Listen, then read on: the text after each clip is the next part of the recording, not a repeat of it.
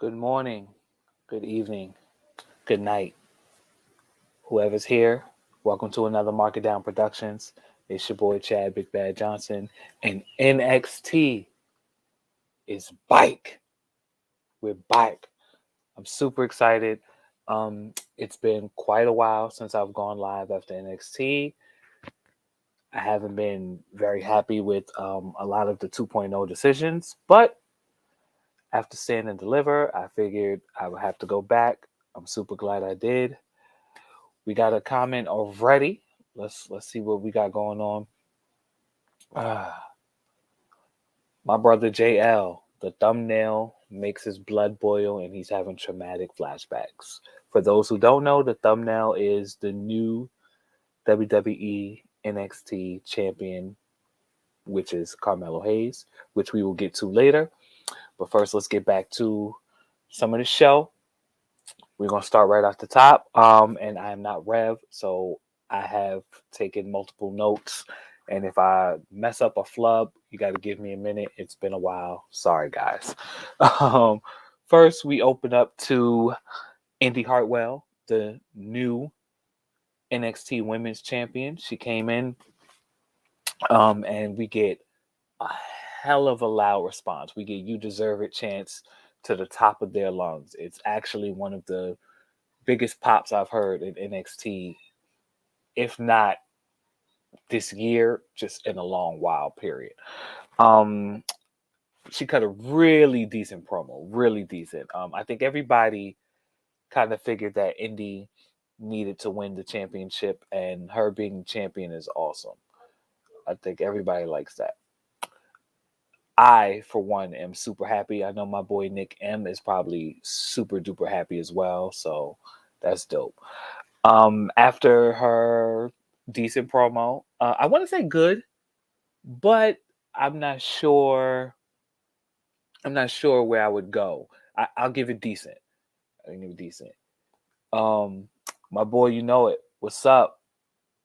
Glad you came in. Thumbs up, man. Mark it down. You didn't miss anything super major. It was a good show. It wasn't a great show, but it was decent for a after live event show or after a premium live event show. So yeah, you didn't miss too much, but it was good for this to be my first episode coming back in. I liked it enough, and I will hopefully be here next week. Lord willing. After the "You Deserve It" chants and a decent promo from Indy Hartwell, we then had an interruption by Zoe Stark, who said only legends carry that title, and she's bottom of the barrel. She's not even that good, and she wants the title, of course. The same random stuff. And Indy put her big girl draws on and said, "Listen, we can schedule a title match later tonight. I'm a fighting champion."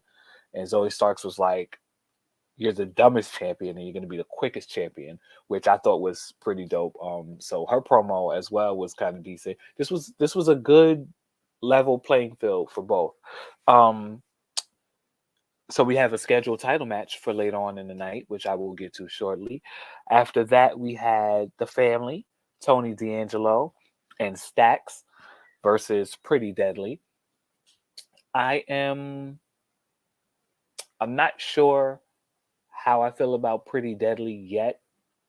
I know that they're great heels. I know they do good promos, and I know that they can wrestle. But I just don't know if I'm attached to liking them as of yet.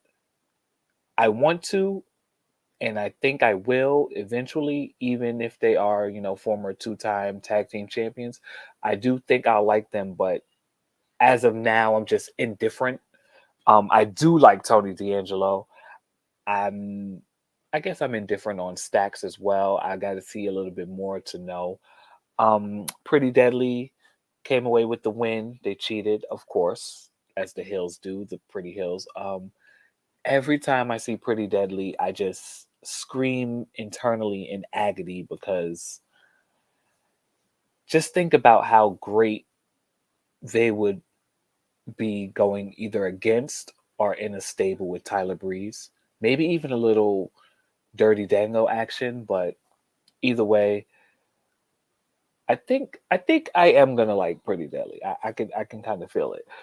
They walked away with the win because they cheated, as heels do. Um, it said he hasn't seen enough of them yet to judge. I feel the same exact way.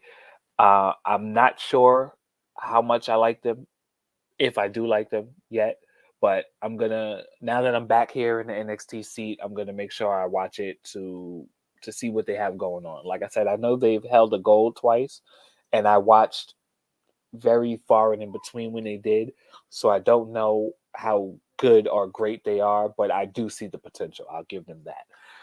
After that, we had a quick smear campaign from JC Jane towards Gigi Dolan. I saw the breakup of Toxic Attraction after Mandy Rose was let go, but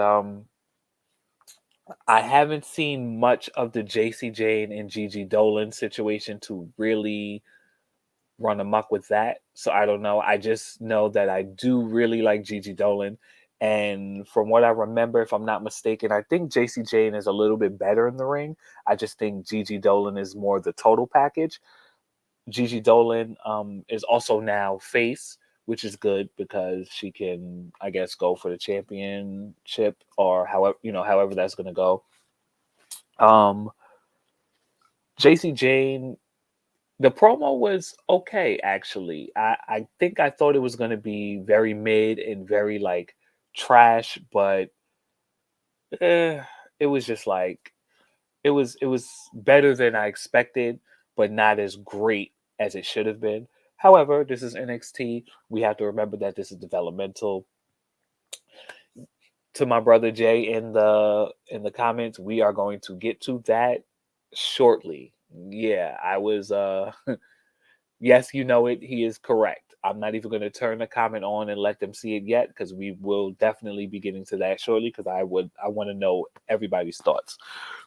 After that, we had D-Jock versus Odyssey Jones. And to me, it was kind of a squash match. Odyssey Jones kind of just showed up. He said, "Hey, I'm still here. Let's wrestle." What I want to know is, and people in the comments, please let me know, what do we think about this version of D-Jock, or formerly known as T-Bar or Dominic? Like, what do we think about this current version? How do we feel about D-Jock? I know he's still kind of new. If I'm not mistaken, when I stopped watching, I think he had just premiered or debuted rather, and I think he went against Wesley for the title, and I watched it and it was okay, but I really don't know how to feel about him. He obviously won against Odyssey Jones.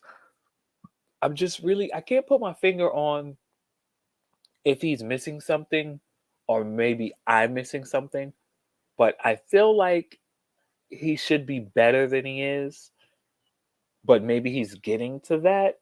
I don't know. I just know when he was going against Keith Lee way back when, I was like, oh my God, this guy is going to blow up. And then, of course, we got into the failed stable with Ali, and then he went solo as T-Bar, and he didn't do anything. Then he tagged with Mace for a brief moment, and then didn't do anything. So when he got back to NXT, I was super excited. I didn't care about the name change because Walter turning into Gunther is probably the best thing on the main roster for me, especially as far as name changes goes. Um, I'm kind of a fan of the name Butch. It's not bad, even though I do prefer Pete Dunne, but I love it. But now I'm confused. I think I'm confused as to where he goes from here because he went against Wesley for the North American Championship. I don't think he's quite ready to go towards Carmelo. He wasn't ready to go against Braun when Braun was champion. So he's in a weird space where I'm like, I know the potential, I see the potential, and I know he's really good, but is his character developed? And can he make this D-Jock character do what he needs it to do to get to, I guess, back on the main roster in his own way? But you guys let me know, and I'll keep my eyes peeled to see where we're going with that.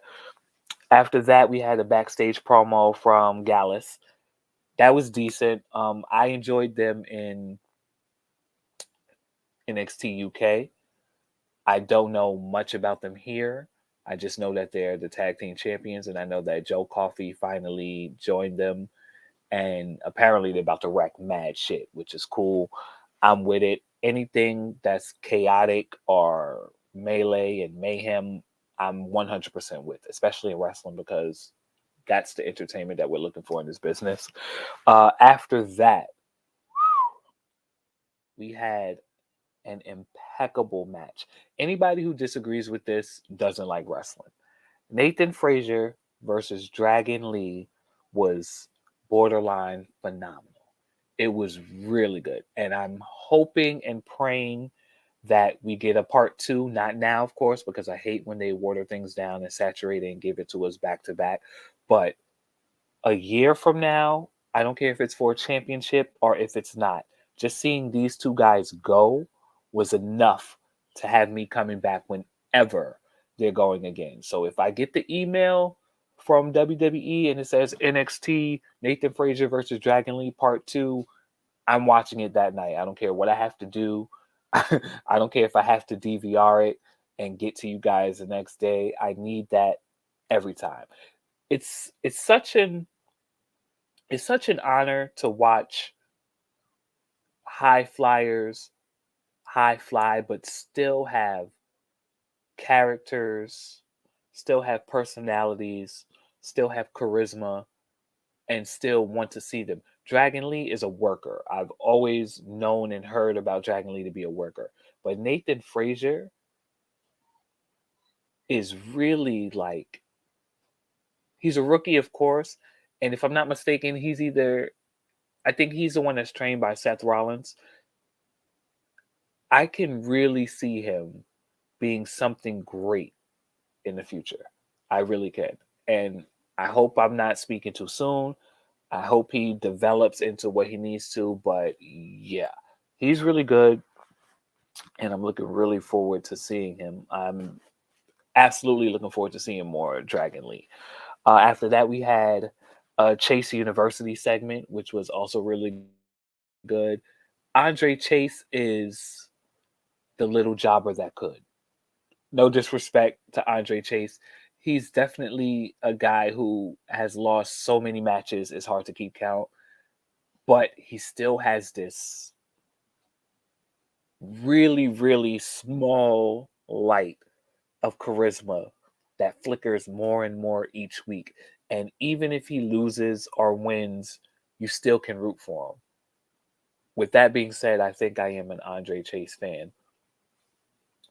Um, it said, who doesn't love wrestlers with Dragon in their name? You're 100% correct, because American Dragon, Daniel Bryan is, if not everybody, mostly everybody's top 5 wrestlers, period, ever. Um, Back to Chase University. We actually had half of Andre Chase promo, and then it went further into Duke Hudson, who has shown 3 to 4 different faces in NXT already. And I must say, this one might be my favorite. I was gung ho for the gambler Duke Hudson. I loved that one. I was with it, beating people up at poker games. It was giving the acolytes, the APA, and I love that. Like that little flicker of attitude era shit was for me, and I loved it. And I wish they would have continued with that. But he's doing really well with Andre Chase. And again, like I said, Andre Chase is one of those guys that whether he wins or loses, he's gonna be good. He's gonna be good to a select audience, and I think people like cheering for him. And he has a stable already, so he's halfway there. After that, we had a segment from Alba Fire and Isla Dawn, the new NXT Women's Tag Team Champions. I am going to be the first to say, you guys can help me. I have no clue what is going on with them at all. I know Alba Fire because she was Kaylee Ray and I watched UK. That's really all I can say about that. I do not know Isla Dawn at all. I'm curious to, are they witches? Are they sorceresses? Are they just creepy? Are they immortal? Like, are they medieval? I really don't know where to go. Like, it seems like wizardry, but then it seems like witchcraft, but then it just seems like they're just like dark supernatural beings. So I really don't know. You guys have to inform me, and I'm gonna watch more because I'm interested. But they're dressed in all black, and it's looking very seance esque, like practical magic. And I don't know what the hell is going on. Alba Fire, I thought was good, but I remember saying to myself, she's good, but I don't think she's good enough to be the NXT Women's Champion.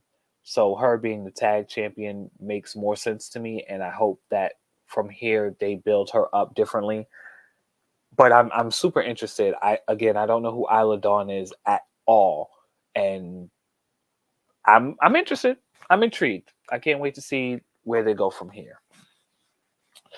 After that, we had the NXT Women's Championship match between Zoe Stark and Indy Hartwell, which, I said started the show with Indy Hartwell. Indy Hartwell put on such a clinic, but that's to no detriment to Zoe Stark, because Zoe Stark can go in the ring. She's actually phenomenal in the ring. She's really good. She's like, I don't want to speak too soon because it'll, of course, hinder her now that I say it, but she's almost like the female, maybe like AJ Styles. She's like that level. She's like a top tier athlete. Zoe Starks is actually better than everybody thinks she is. With that being said, Indy Hartwell has been feet to the pavement, 10 toes down for a while. And she absolutely deserves to be the NXT Women's Champion. When Roxanne Perez won the championship, I kind of thought, maybe this should have been Indy. But now that she's finally getting what she's getting, she absolutely deserves it. Indy is great. Uh, Danny said that Zoe looked great at the Rumble. Zoe looks great, period. I think in every match I've ever seen of Zoe Starks, she's been bottom line phenomenal, for real. Again, maybe you guys will hate me with the comparisons, but she's the female AJ Styles to me. She's one of the best women's wrestlers I've seen in a really long time. That's saying a lot. Or is it? You guys let me know. Either way, Zoe Stark versus Indy Hartwell, great match, super good. You saw Zoe Starks with her heel tactics. You saw Indy Hartwell just trying to survive, and then after a while, Zoe just kept winning and winning and winning, and you're thinking, oh shit, it's over for Indy. And then Indy wins with a with a roll up, like a classic schoolboy. It was chef's kiss. Like, she won by the skin of her teeth, but she still stayed strong. She looked strong. She's still the champion. She looked great. It said that you didn't watch NXT because they're still irritated with Raw, and they love the Cody beatdown. So I'm guessing you don't like Cody. You are in the right place, sir, because me and Cody are not friends either. Um, and to be honest, if you had watched NXT, you might have enjoyed it more because it was better than Raw this week, which is not saying much, but still, it is what it is. But yeah, we had Indy Hartwell with the win to retain the NXT Women's Championship. Great match. After the match, we had Tiffany Stratton come out.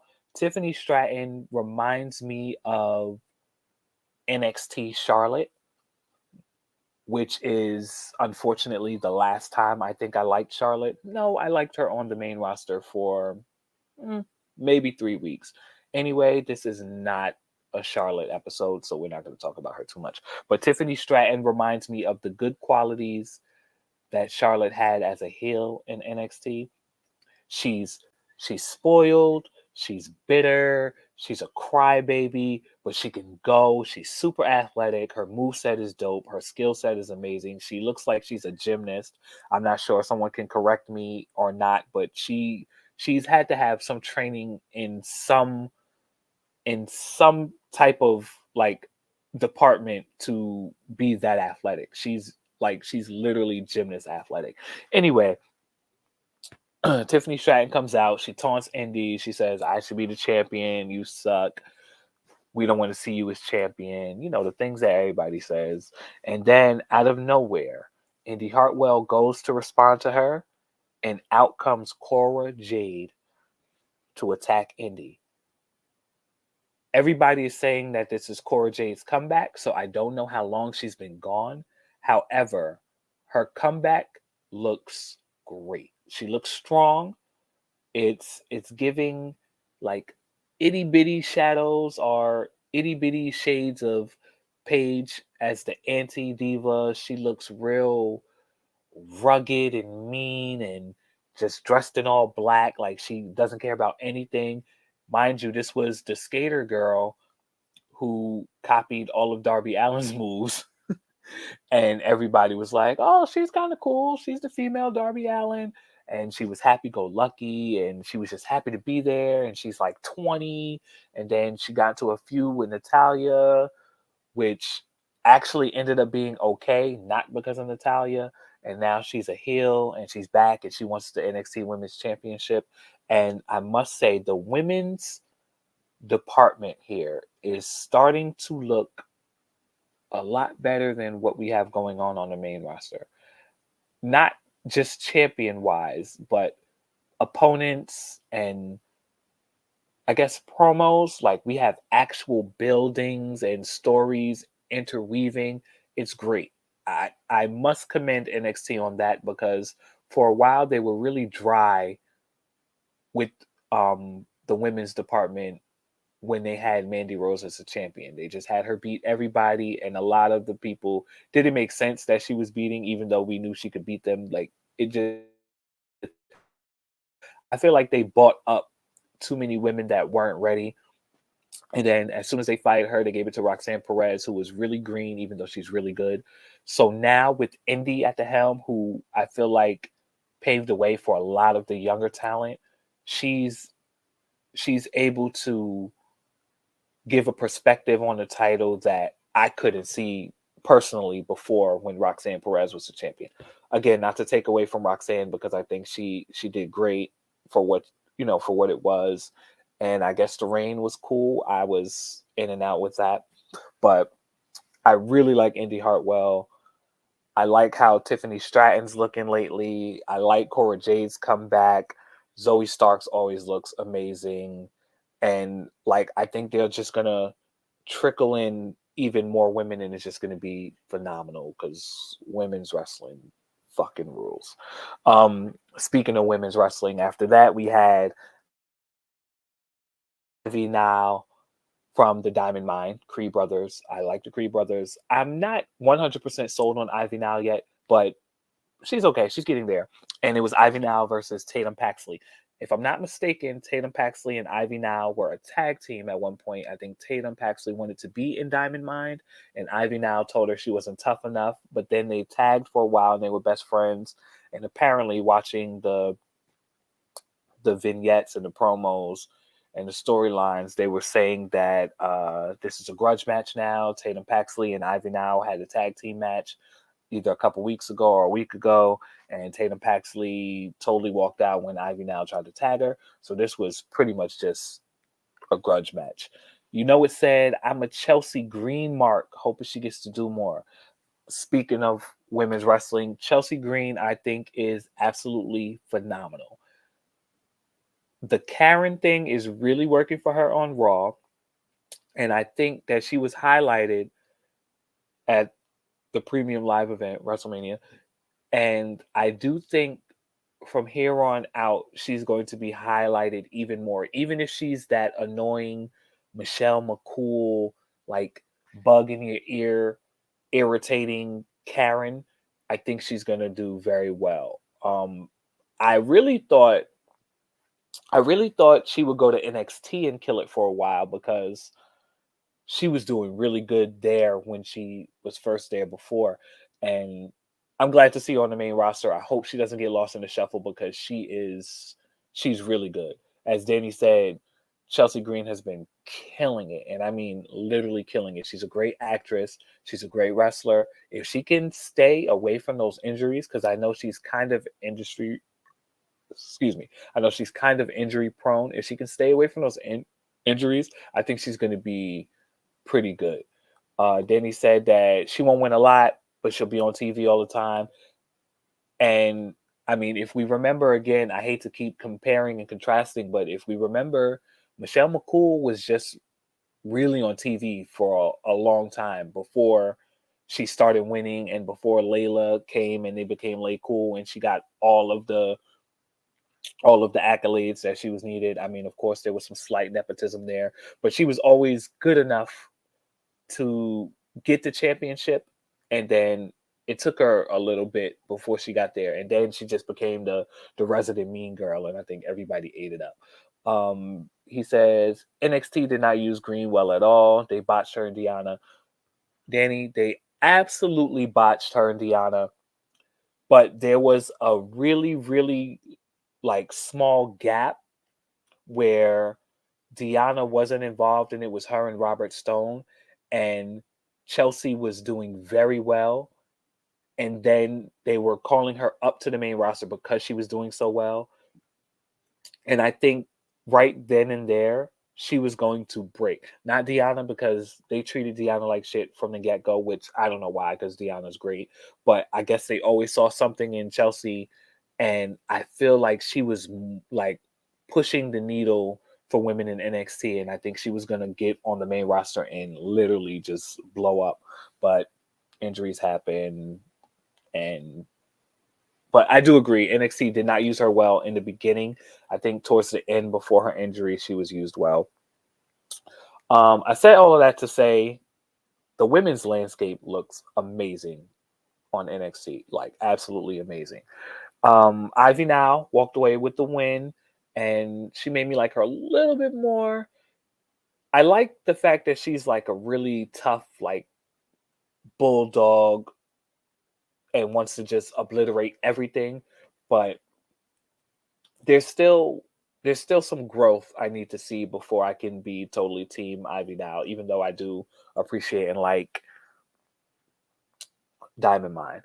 After that, apparently Von Wagner is still here. He's backstage and he's picking fights with Dragunov. I have never seen the the what they see in Von Wagner. He's very monotone. He's very just, I'm a big guy. I could do 10 moves. I could put on a decent enough match. So put me on TV all the time. You guys can join the chat and let me know if I'm wrong, if I'm right. But Von Wagner has just, he doesn't have the appeal to me. He seems like a Neanderthal Edge, if you will. And this Edge run, that's been shit. And this is coming from an Edge head. This last run that Edge has been going absolutely crazy, not putting anybody over and being ridiculously unnecessary. That's what I think Von Wagner is. He's a tall Edge. He's a 7-foot Edge. If I'm not mistaken, I believe I heard that he was a second generation superstar, and we know how Vince and I guess everybody at Creative feels about that. So I'm sure he'll be there for a while. He needs to get a personality. He's attached to Robert Stone, who's actually pretty decent, but I feel like NXT does not give him enough leeway to be him. Danny says, "What the hell is Von Wagner?" Your guess is as good as mine, Danny. It is a 7-foot tall version of Edge right now. He is super unnecessary. He does literally nothing but bully everybody in the back because he's super tall. And I don't know. I feel like I spent too much time on him already. Again, Robert Stone says if he doesn't win the match against Dragunov next week, he's going to leave him. I hope he does. I hope he ditches him as a client, and I hope Robert Stone gets an actual client that's good so that he can be represented better, because Robert Stone is okay. We were just talking about him with Chelsea Green, which is a full circle moment. Robert Stone is okay as a manager, and I feel like he can be a Malcolm Bivens, if you will, if they give him the leeway to grow his character. After that, we had my favorite NXT wrestler right now. We have my favorite NXT wrestler right now. Sorry, JL. Axiom. Axiom, formerly known as A-Kid from WWE NXT UK. Axiom is phenomenal. He went against Wesley, the NXT North American champion, for the North American Championship. And this match was fire. Wesley reminds me of Carmelo Hayes when he first came in. He is hot, hot, hot. When Danny is saying who, and I will repeat, Axiom. Axiom is a luchador who formerly was not a luchador, but he is a luchador by the name of Axiom. He's slated as, he's supposed to be this mysterious mathematician, if you will, and I don't know, he's just badass. He's really great. JL, we have not gotten to Braun yet. We're getting there, bro. Sorry if I'm taking too long. No, his group is not called Axiom of Evil. He is just Axiom, Axiom. He's not in a group at the moment. He's solo. He's badass. He's like my favorite NXT wrestler at the moment. He went against Wesley, who I said Wesley reminds me of a young Carmelo Hayes, or just a newer Carmelo Hayes. He's been doing great. This match was dope. It was super dope. Imagine, I guess, Ricochet versus John Morrison, but just squeeze in some charisma and squeeze in a lot of personality, and that's what you got.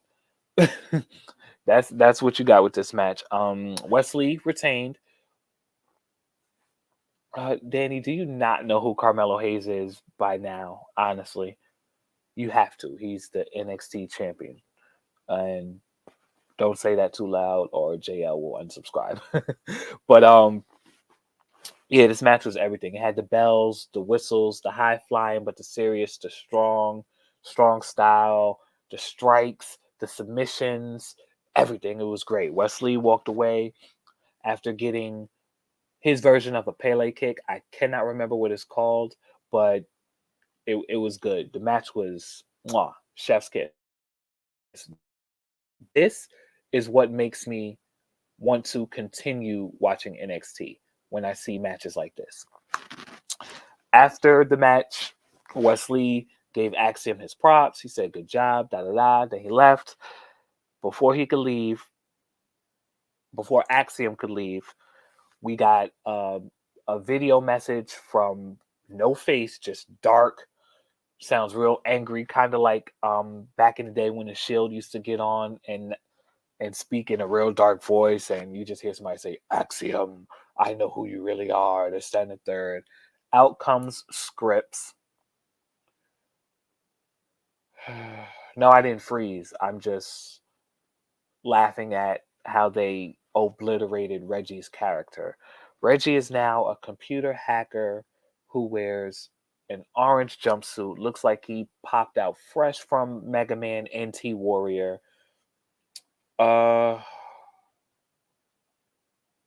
Mega Man NT Warrior shout out was for you, Danny. He wears this big orange getup. He looks terrible. He still does the flippy things, and it's just bad. I don't know what they're doing with scripts, but bring Reggie back. It's disgusting. Anyway, Scripps comes in. He flips into the ring without touching a single turnbuckle or rope, and he tries to attack Axiom. Axiom hits him with a super kick, knocks him out, and says, "I'm not the one," pretty much. And the moment would have been amazing if they didn't do what they did to Reggie, because, again, I love Axiom. I actually wanted to go to sleep after that, but then I remembered it was like only 10 minutes left, and we had to hear from Carmelo Hayes, the NXT champion. Quick commercial break, come back. Carmelo Hayes, the champion, the NXT champion, has, I guess, what he would call a celebration. I am a Carmelo Hayes fan. I do think his title shot was, I feel like it was earned. I do feel like him being the champion was earned. However, I'm with JL. I am also a Braun Breaker fan. I think Braun Breaker fires at all cylinders. I think he's really great. With that being said, JL is on cloud 9. He thinks Braun is the future GOAT. So Carmelo Hayes talks. He goes, Carmelo talks. He says, "Listen, everything I wanted, I took. I'm the new champion, but I can't do this without shouting out Braun Breaker. Braun Breaker, can you come out?" Braun Breaker comes out. He goes, "Listen, man, thank you for the opportunity. Thank you so much for humbling me. I'm the champion, but I couldn't be here without you. You paved the way." Pretty much letting him know he was the best opponent he's ever had. Braun Breaker shakes his hand. Get excited. We get a little arm raise. Trick Williams is there. Trick Williams, I think, is actually a little bit underrated. I think he's really good on the mic. I mean, he's clearly going to turn on Melo maybe like a year from now. Just remember this video and harken back to that. But I think him with Melo makes a lot of sense. Either way, Carmelo says, "Braun, I don't know what's next for you, but again, thank you for the opportunity." Braun says, "Listen, I don't know what's next for me either. But you're the champion now. It's cool, whatever." Melo says, "Don't leave. I want another handshake." A humbled Melo, who's been a heel for the last year, which is hilarious. And then all of a sudden, Braun grabs his hand. And what happens? I have to admit it, I thoroughly enjoyed seeing Braun snap and humble Melo. Braun Breaker snaps. He's been a face for the last year. They've been telling him he doesn't smile enough. They've been saying he's not a good champion. They've been telling him that he doesn't deserve to be on the main roster. What happens? He clotheslines Melo in the blink of an eye. He asks Trick Williams if he wants some. Trick says no. He still clotheslines him, gets him together. And the crowd erupts. Believe it or not, you would think everybody would boo him because everybody loves Melo. Melo don't miss, and they're yelling and they're excited. But no, they start yelling, "He got that dog in him. Braun Breaker, break everyone." And I'm like, oh shit, what's going on? So now I'm like, is Braun Breaker, who was the 2-time champ, about to be the 3-time champ? JL is on the same wavelength. I'm like, yo, are they going to? Because see, I thought honestly when he lost, I thought he was going to the main roster. Now it's looking like he's going to stick around and get his rematch because, of course, everybody knows the champion gets a rematch clause. But now it's above and beyond. As you know, it said this turn could be really great for him long term because now, as a heel, he can wreck and literally break everyone. He can wreck shit all he wants. He doesn't have to go for a title. He could literally just beat everybody up every week. He can go to the main roster and beat everybody up. I mean, I have to be honest. I see great things in his future. He can absolutely go to Raw and beat Theory next week. And I think it would be absolutely plausible. I think with the heel turn, it would still be great. I mean, even though WWE doesn't do great with heel versus heel, however, I feel like a fresh Braun Breaker just coming on the main roster and destroying everybody and being a heel and just taking belts would be honestly, cool as shit. JL said that Braun should win the belt back. If Braun becomes a 3-time champion,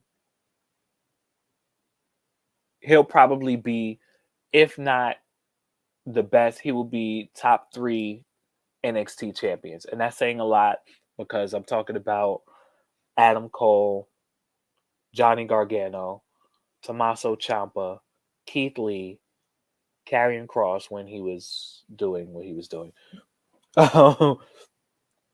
But yeah, I think Braun has a really, really high ceiling, and I feel like he's literally on like the second floor right now. He's not even on the third or fourth yet, which means everything's going to be heightened.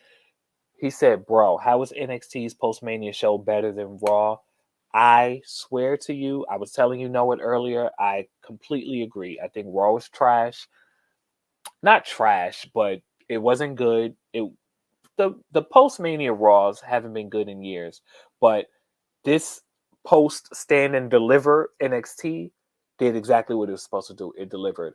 And not just because of the Braun thing. I mean, the whole landscape. Again, I'm a Mello fan, so Mello's about to look great because he can put on a match. After that, we have to talk about the women's landscape, which has opened up and looks amazing. The tag team division looks good. The North American division looks good. I'm back at NXT and I'm like, oh shit, like now this is where it is. Like I'm really cool with it. JL said that Braun is already the the best NXT championship in his the best NXT champ in his book. I don't know if I'll give him the best yet. He's definitely top 10 for sure. I'm sure he'll be top 5 as time goes on because I don't see too many people being that much better than him. You know, it said a great heel is worth 100 faces. This statement is MJF approved. I absolutely agree. A great heel is the best wrestler, period, in the company. Danny, if you're still here, you are going to want to either take your headphones out, put me on mute, or something. But I'll just tell you how great a great heel is. When The Miz was the best thing going in whatever year that was, I thought he should have been the main champion because I agree. I think a great heel is the best thing the company has to offer. This is why people like MJF succeed. If they would have put the rocket on the Miz's back then, this was like 2019, I think. This might have been the pandemic area, 2020, perhaps, whatever. But if they would have done Miz correctly when he was holding the company on his back, I think they would have been better. JL said, imagine Cora and Braun win the belts on the same night. Oh shit, Cora is his girlfriend, isn't she? I like Cora. I actually do. I'm not mad at that. I wouldn't be mad.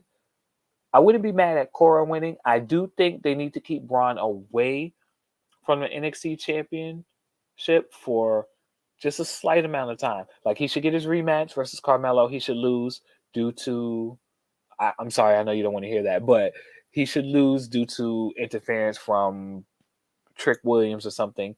And then I think from there, I think Braun should kind of main roster it. I mean, I don't understand what else he really has to do developmental wise. He's done a good promo. He's done a good segment. He's had good feuds. He was definitely a more than decent champion. I don't know. JL said they swerved him. They thought Braun was going to SmackDown. You know what's funny?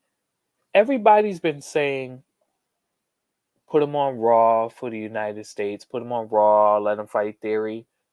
SmackDown may perhaps be the better brand for him. That might actually be something. Can we imagine Braun Breaker versus Gunther Part 2, but for the Intercontinental Championship instead of the NXT Championship? Shit, wasn't Gunther still Walter when he fought Braun? Either way, that match was dope, and that would be amazing. He said Braun was smiling, felt like it was natural. Braun, yeah, he was finally smiling. They've been telling him only for the last 12 months to smile, and he finally smiles when he can go heel. I think that's because now he can literally beat everybody's ass, and he doesn't have to smile until he wants to. Braun was, what is this? Braun Loki was a heel, but sounded face. He always dominated and was a badass. Yeah, Braun was a heel. He just was put in a face. I think, you know what I think messed Braun Breaker up slightly? I think when all of the Dolph Ziggler shit went down and nobody knew exactly where to go because Dolph was a heel, but he was a lovable heel. And then Braun Breaker was supposed to be face, but he had heel tactics. So with that being said, I think that kind of got people confused with Braun, and I think that's why they took him off the main roster. I think that's why they put him back on developmental to just, to just grow a beat, which has worked, which has absolutely worked. Again, this feud is going to be dope. Braun versus Mello. Even if they do it just like one or two more times, and then just have Braun escape for a minute, maybe fight Wesley or something like that. But either way, yes, I agree. I think Braun Breaker is going to be a great heel. Carmelo has already proved that he can be a good enough face, even though I'm still not convinced that he's a face. So this switch is kind of different for me. But um, JL, if you're happy, I'm happy. That's good. But yeah, no, the Braun snap was good. It worked. It made sense. I liked it. With that being said, I think that's all I have for NXT.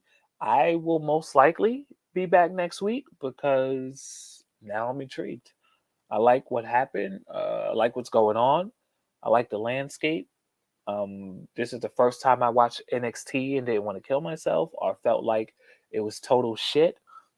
I did want to see some Grayson Waller, so hopefully we'll get some of that next week because I think Grayson Waller is a bona fide, certified star.